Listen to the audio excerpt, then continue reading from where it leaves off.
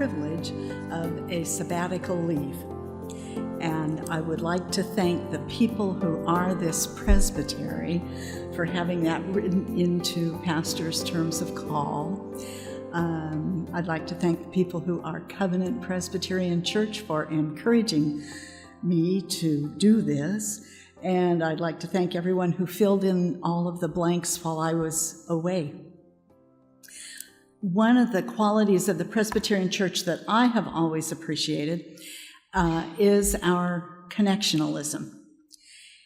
And as I thought about what I might do for my sabbatical, that kept working its way to the top. What if I could visit or connect with each of the churches in our presbytery and have a chat with the pastor or some other willing soul about the people in that congregation? How are they connected to each other? How are they connected to the presbytery? And how are they connected to the denomination? There might be some decent chats out there, and I'd be able to say that I'd been in every church in the presbytery, and 12 weeks and 10,000 miles later, I can say, yeah, indeed. And now I've been given the opportunity to tell you all a little bit about what I learned. Presbyterians are making a difference in the geography covered by this presbytery. If I asked, and I will, for those of you whose churches are involved somehow in hunger ministry, I ought to see almost every hand in the room go up. So if your church gathers food for people who are hungry, if you take meals to a facility, if you have people come into your church for meals, if you grow veggies and give them any of those things, if your congregation's involved in hunger ministry, please raise your hand. And now look around at you. Isn't this fabulous? And then, if you're a member of the Phoenix Church in Southern Oregon, you typically feed 2,500 people a month. If you are from the Vancouver and Camas churches, a part of which we got to see about yesterday, you grow and give veggies to tens of thousands of pounds every year. A significant number of our congregations are also involved in doing something about housing. So if your church has volunteers for Habitat for Humanity, gives money for Habitat for Humanity, provides housing for people who don't have housing, has a trailer on their property for someone to live in, anything to do with housing, raise your hand. Look at that. Not quite as many, but still a significant number of our congregations are involved in providing housing for others. The quilters at the Yahats Church were there the day that I was there. They've given away more than 200 quilts in their community. The quilters at the Redmond Church weren't there the day I was there, but some of their quilts are hung on the wall. Some are given away to members of the church, some to people in the community who need a warm quilt. The Knit and Crochet Church, a group at the Covenant Church, gives everything that they knit and crochet and quilt, by the way, to Snowcap, which is a helping agency in East Multnomah County. Having spent my adult life in churches in the Portland area, it was fun getting to know about churches in the other parts of the state. Of course, maybe a part of why it was fun, definitely a part of why it was fun, was the gift card for Rice Hill. that Covenant gave me on my way out of town. The only part that was different was that since I wasn't going to or from a Presbytery meeting, there weren't other Presbyterians at Rice Hill when I was there. The ice cream is still good, I will tell you. The Lakeview Church, by the way, there is no lake, and so you cannot view it. That church is 100 miles in any direction from the nearest Presbyterian church. That's in the Portland, that's a long ways. That church, we should all remember, is the church that began work on what became an overture to the General Assembly that ended up being our Book of Common Worship.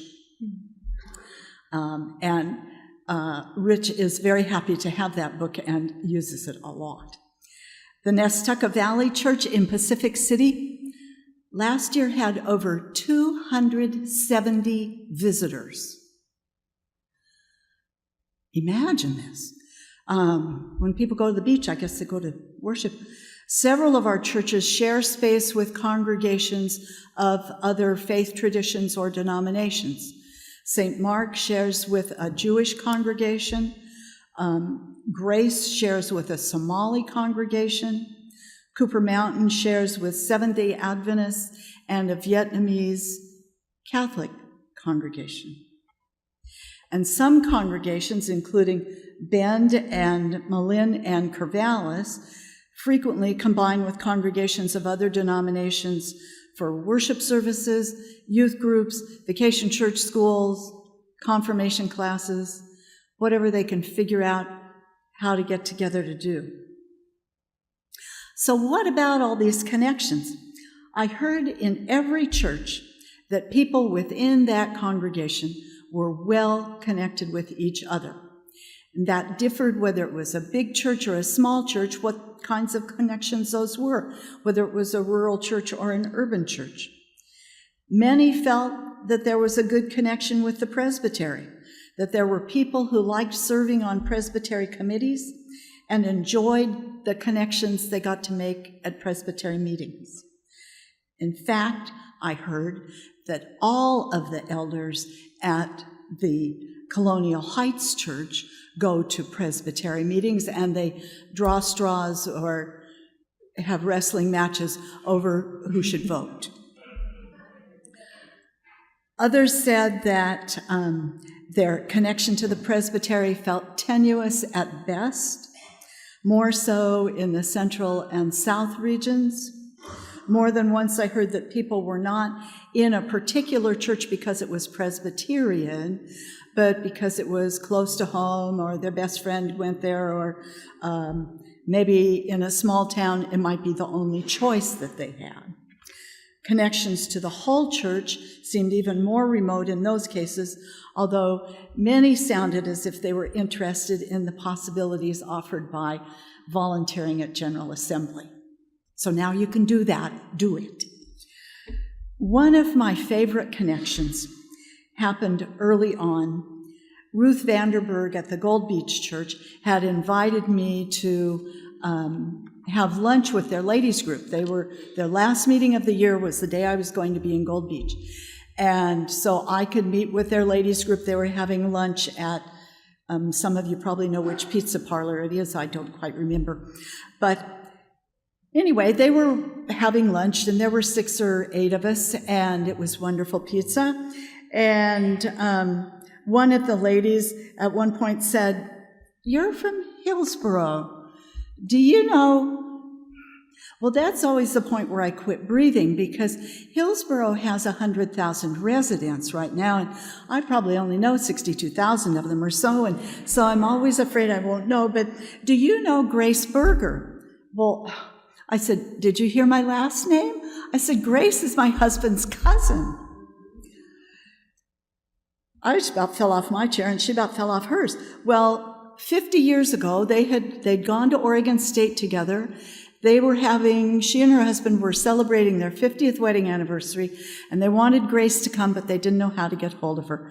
So she took one of the napkins from the restaurant and wrote down her contact information, and I called Grace and sent her the napkin, and I hope Grace got to go to a party.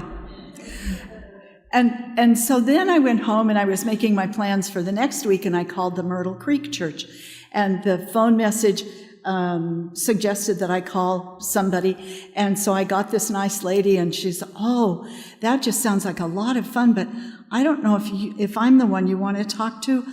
I just moved here 6 years ago from Hillsboro."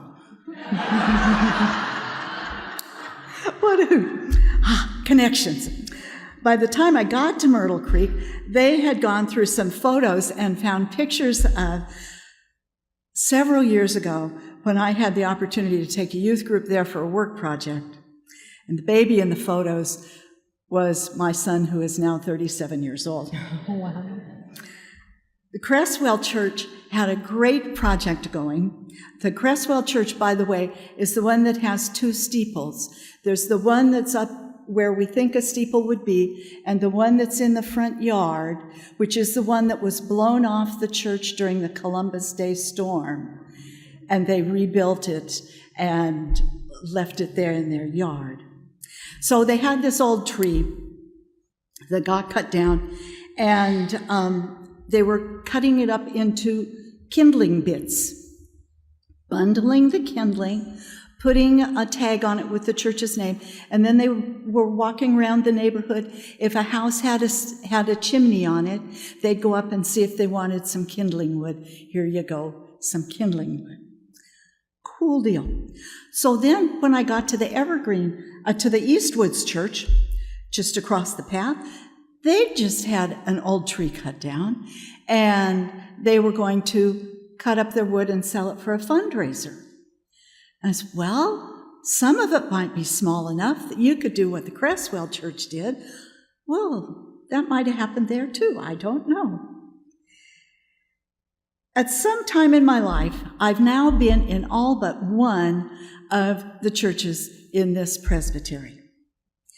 9 churches are left to visit on my sabbatical questions, and that will get done probably after June.